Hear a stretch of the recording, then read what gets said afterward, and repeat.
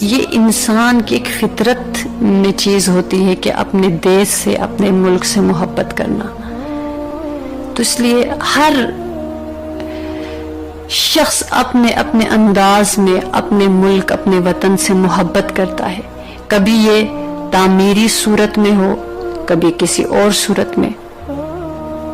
تو یہ جو اندر محبت ہوتی نا اپنے ملک کی چاہت پیار اور اس سے محبت یہ ایک فطری چیز ہے. یہ ایک فطری جذبہ ہے. یہ ایک خواہش ہے. اس کا انسان اپنے طور پر اس کا اظہار کرتا ہے.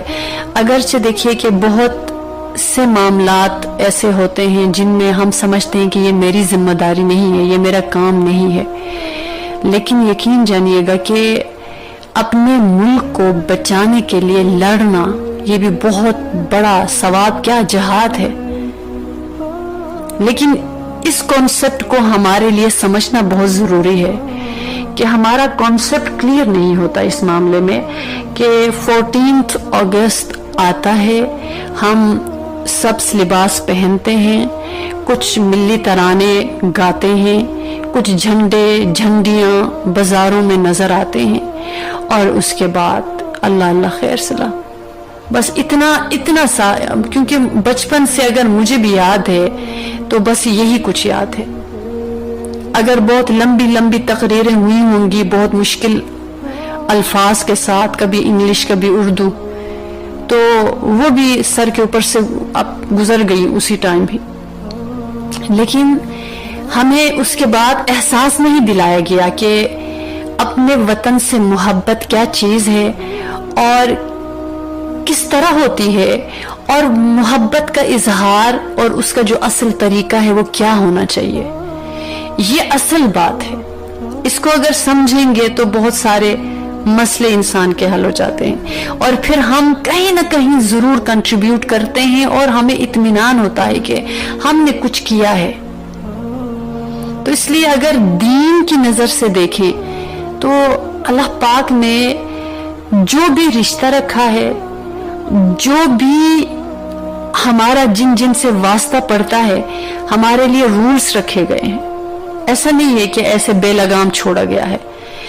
جب دو انسانوں کے آپس میں تعلقات ہیں ان کے اندر کے حقوق ہیں تو ملک تو بہت ہمیں پروٹیکٹ کرتا ہے نا ایک طرح سے کہ ہم سکون سے سوتے ہیں سکون سے اٹھتے ہیں سکون سے بیٹھتے ہیں. ہماری پہچان ہوتی ہے ہمارے والدین کے نام ہوتے ہیں لوگ ان کی عزت کرتے ہیں. ہم مساجد کے پاس سے گزرتے ہیں ہمیں اذان کی آواز آتی ہے ہمیں کوئی چھیڑتا نہیں ہے ہمیں کوئی تنگ نہیں کرتا ہمیں کوئی یہ نہیں کہتا کہ تم نکل جاؤ اس ملک سے تم نکل جاؤ یہاں سے. الحمدللہ کبھی ایسا واسطہ ہمیں پیش نہیں آیا. اگر ہم یہ دیکھنا چاہیں نا تو ذرا سا اپنے ہی پڑوس کا ملک ہے انڈیا وہاں پہ حالات دیکھیے. وہاں مسلمانوں کی تعداد بہت زیادہ ہے لیکن اس کے باوجود بھی وہ آزاد نہیں ہیں. ان کو ثبوت دینا پڑتا ہے کہ ہمیں اس ملک سے پیار ہے. یعنی وہ عید کا موقع آتا ہے تو وہ بڑے جانور ذبح نہیں کر سکتے قربان نہیں کر سکتے اور جب چاہے ان کی مساجد پر حملہ ہوتا ہے ان کے گھروں پر ہوتا ہے ان کی ہولیوں پر ہوتا ہے. کبھی کسی کے نقاب پر حملہ ہو گیا کبھی کسی کے جو ہے دھاڑی رکھنے والا بندہ ہے اس پر حملہ ہو گیا کسی نے سفید لباس پہنا ٹوپی ایک گیٹ اپ پہ نظر آ گیا اس پر حملہ ہو گیا مار ڈالا مسجد میں گھس کے ٹھیک ہے یہ جو بم بلوسٹ اور مساجد مختلف جو ہوتے ہیں یہ تو دہشت گرد ہے نا یہ تو ان کا تو کوئی مذہب نہیں ہے لیکن وہ کھلا مذہب کے نام پر کرتے ہیں کہ یہ ہمارا ملک ہے تم نکلو یہاں سے.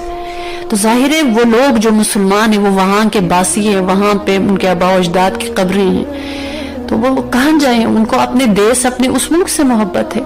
لیکن ان بیچاروں کو ثبوت دینا پڑتا ہے بار بار کہ ہم اس ملک کے باسی ہیں ہمیں اپنے ملک سے پیار ہے ہم کوئی خدا نخواستہ دہشت گرد نہیں ہے. لیکن پھر بھی ہر تھوڑے سے عرصے کے بعد ہندو مسلم فسادات یہ ساری چیزیں سامنے آتی رہتی ہیں. تو وہاں پہ اپنے ملک کی، اپنے دیش کی قدر ہوتی ہے ہمیں، کہ یہ جو اس کو حاصل کیا گیا، یہ کتنا بڑا احسان کیا ہم پر جناح رحمت اللہ علیہ نے۔ یہ الگ بات ہے کہ ان کے ساتھ کسی نے انصاف نہیں کیا بعد میں۔ ہمیں اس حد تک ان کی قدر ہے کہ جب ہم اپنے نوٹ نکال کر دیکھتے ہیں تو اس کے اوپر تصویر ہوتی ہے، ہم کہتے ہیں کہ جی یہ تو جناح والی تصویر ہے اور اس سے کچھ زیادہ اچھا آئے گا۔ اس سے آگے پیچھے ہمیں کچھ نہیں پتا، بلکہ اختلافات ہوتے ہیں اس پہ بھی، جیسے اور جگہوں پہ کہ کیا ان کی تعریف کرنی چاہیے نہیں کرنی چاہیے، وہ تو ایسے تھے، وہ تو یوں تھے۔ تو ہر جگہ ہم بٹے ہوئے ہوتے ہیں۔ مجھے اتنی حیرت ہوئی کہ یہ جو کچھ عرصہ پہلے ایک بچی جو ہے وہاں پہ ایک اسٹوڈنٹ وہ نقاب کر کے جا رہی تھی، تو اتنے سارے ہندو اس کو روکنے کے لیے آگے آ گئے، اور پھر وہ لڑکی کافی یہ چیز وائرل ہو رہی تھی پچھلے عرصے میں۔ تو وہاں پہ پھر کس طرح پابندی بچیوں کے اوپر تھی کہ جو ہے وہ اپنے گھروں سے اسکارف کر کے آتی تھی، اور گیٹ پہ جو ان کا کوئی بھی ادارہ ہوتا تھا اسکول کا، تو اس سے ان کے جو ہے وہ اسکارف اتارے جاتے تھے۔ تو کیا کرے، پڑھنا بھی ہے، لیکن جن کا ہوا کہ نہیں ہم اپنی عزت اور حیا کا سودا نہیں کر سکتے، تو وہ گھروں میں بچیاں بیٹھ گئی۔ کتنے ایسے واقعات ہیں جو کہ ان میں سے بہت تھوڑے واقعات ہم تک پہنچتے۔ ماشاءاللہ اللہ پاک نے ہمیں یہ وطن دیا، ہمیں یہ ملک دیا۔ کبھی جیسے ہم سنتے ہیں نا کہ ہم کیا آزاد ہیں، ہم تو غلام ہیں، ابھی ہمیں اللہ معاف کرے ہم ان حالات سے دوچار نہیں ہونا پڑا جو شام کے ساتھ ہوا، جو عراق کے ساتھ ہوا، اور جو کشمیر کے ساتھ ہو رہا ہے۔ ہمارے ساتھ پتہ نہیں کیا کیا ہوتا، ماؤں کے دوپٹے محفوظ نہیں، چھوٹے بچے یتیم ہیں، اور بڑوں کی زندگیاں، مردوں کی زندگیاں محفوظ نہیں۔ تو ہم کہتے ہیں کہ اس ملک نے ہمیں کیا دیا، ہم تو غلام ہیں، ہم تو آزاد نہیں ہیں۔ ہم جب سمجھیں گے ہم آزاد ہیں تو ہم آزاد ہیں، تو اگر نہیں کچھ دیا تو وہ تو ہمارے لوگوں کا قصور ہے، ہمارے پولیٹیشنز کا قصور ہے، ہمارے جو جن کا بروٹ اپ نہیں صحیح، جن کی تربیت نہیں صحیح ہوئی، جن کو شروع میں دنیا دنیا مال مال سکھایا گیا، اور وہی تختوں پر بیٹھ گئے، اور انہیں کہا کہ سب سے بڑا مقصد اپنی تجوری کو بھرنا ہے، اور کوشش کرے کہ کہاں کہاں ہم بھر سکتے ہیں۔ تو یہ تو ملک کا کیا قصور ہے؟ کتنا خوبصورت اللہ پاک نے ہمیں ملک دیا ہے۔ ہم جتنی بھی پورے پاکستان میں پھر کر دیکھیں، کسی دنیا میں ایسی خوبصورتی نہیں ہے جو ہمارے ملک میں۔ لیکن ایک چیز یاد رکھنے کی ہے کہ آزادی جو ہوتی ہے نا، جسے دیکھیں کہ ہندو اور مسلم یہ مکس ہو کے رہ رہے ہیں، اصل میں جو آزادی ہے اس کا سب سے بڑا مقصد کیا تھا کہ ہم جو پریکٹس ہے ہماری یعنی اسلام کی اس کو کر سکیں صحیح طرح سے۔ اصل آزادی جو حاصل کی گئی وہ ایمان کی حفاظت کے لیے، دین کے لیے کی گئی، کہ جو ہمارے جو شاعر اسلام ہے ان کو صحیح طرح سے بجا لا سکے، کوئی ہمیں ذبح کرتے ہوئے پکڑے نہ، مارے نہ کہ یہ کیا کر رہے ہو، بلکہ سبحان اللہ ایک گھر میں کوئی قربانی ہو رہی ہے، دوسرے کہتے ہیں کہ بھائی ہمارے گھر میں نہیں ہو رہی، آپ ہمیں بھی بھیج دیجئے گا۔ یہ تو ہمارا ملک ہے نا، سبحان اللہ، یہاں تو یہ معاملات ہیں۔ تو ایک تو اس بات کو سمجھیں ہم کہ آزادی کس چیز کا، کس نعمت کا نام ہے۔ اگر ہم کوئی ترانہ سنتے ہیں یا کوئی ایک بات، کوئی ایک واقعہ سنتے ہیں، یا یہ کہ بہت پیچھے جا کے ان واقعات پر غور کرتے ہیں، آپ پڑھ کر تو دیکھیے وہ کتابیں کہ کیا ہوا تھا۔ یعنی کئی دفعہ ایسا بھی ہوا کہ وہاں سے جو بھی ٹرین آئی ہے بھر کے آئی ہے، لیکن پاکستان پہنچتے پہنچتے اس میں ایک بھی بندہ زندہ نہیں تھا، اتنی شہادتیں ہوئی ہیں۔ ایسے تو نہیں نا آسانی سے ہمارا ملک آزاد ہوا۔ تو آج ہم سکون کا سانس لے کے اس ملک میں جی رہے ہیں، وہ طوفان، وہ آزمائش کب آئی ہے؟ فلسطین کی ہی مثال لے لیجئے گا، وہ بیچارے خود جو ہے بیت المقدس مسجد اقصی کی حفاظت کرتے ہیں، چھوٹے چھوٹے معصوم بچے۔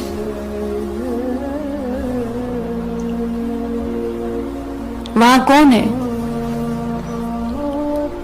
اگر وہ آزاد ہوتا تو آج یہ حالات ہوتے. ہم کسی بھی مسجد میں جا کے نماز پڑھ سکتے ہیں، ہمارے مرد، ہمارے بھائی، باپ، لیکن وہاں ایسے حالات نہیں ہیں.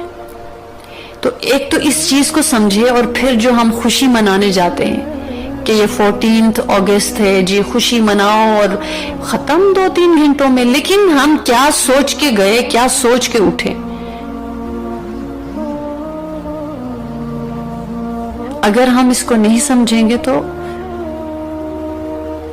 ہم بھی پھر انہی کے ساتھ، بس یہ کہ چھوٹے بچوں کو کانسیپٹ ان کو کلیئر نہیں کیا گیا کہ کیا مطلب ہے، ہم 14 اگست کو کیا کرتے ہیں، کیا ہوا.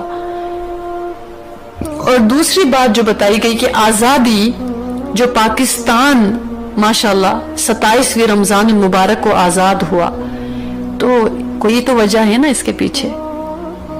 اس کا مقصد میں کیا تھا، جو ہم یہ بھی بہت زیادہ سنتے رہے کہ لا الہ الا اللہ کی بنیاد پر، تو یہی بات ہے کہ اس لیے اس کو آزاد کرایا گیا تاکہ ہم جو اسلامی اعمال، جتنے بھی ہم پر اعمال ہمارے دین نے نافذ کیے ہیں اور ہمیں اللہ پاک کے احکامات ہمارے پاس ہے، ان کو صحیح طرح سے بجا لا سکے، امن کے ساتھ، اطمینان کے ساتھ. تو ان لوگوں کے حالات پہ غور کرے جو میں نے ذکر کیا ہے، تو ان کے کیا حالات ہیں، کیسا ان کا وہاں پہ گزارا ہو رہا ہے کہ رات کو سو رہے ہیں، ابھی حملہ ہو گیا، صبح سویرے کوئی حملہ کر رہا ہے، کسی کی بیٹی کو کوئی، بہت برے حالات ہیں. تو ایک تو اس چیز کو سمجھے اور دوسرے اس مقصد کو کہ یہ دیس ہمیں کیوں ملا ہے. تو اس لیے اللہ پاک نے قرآن پاک میں ایک آیت ہے جس میں بتایا گیا کہ احبیت کس کے لیے ہونی چاہیے اور محبت کی کہاں کس حد تک اجازت ہے.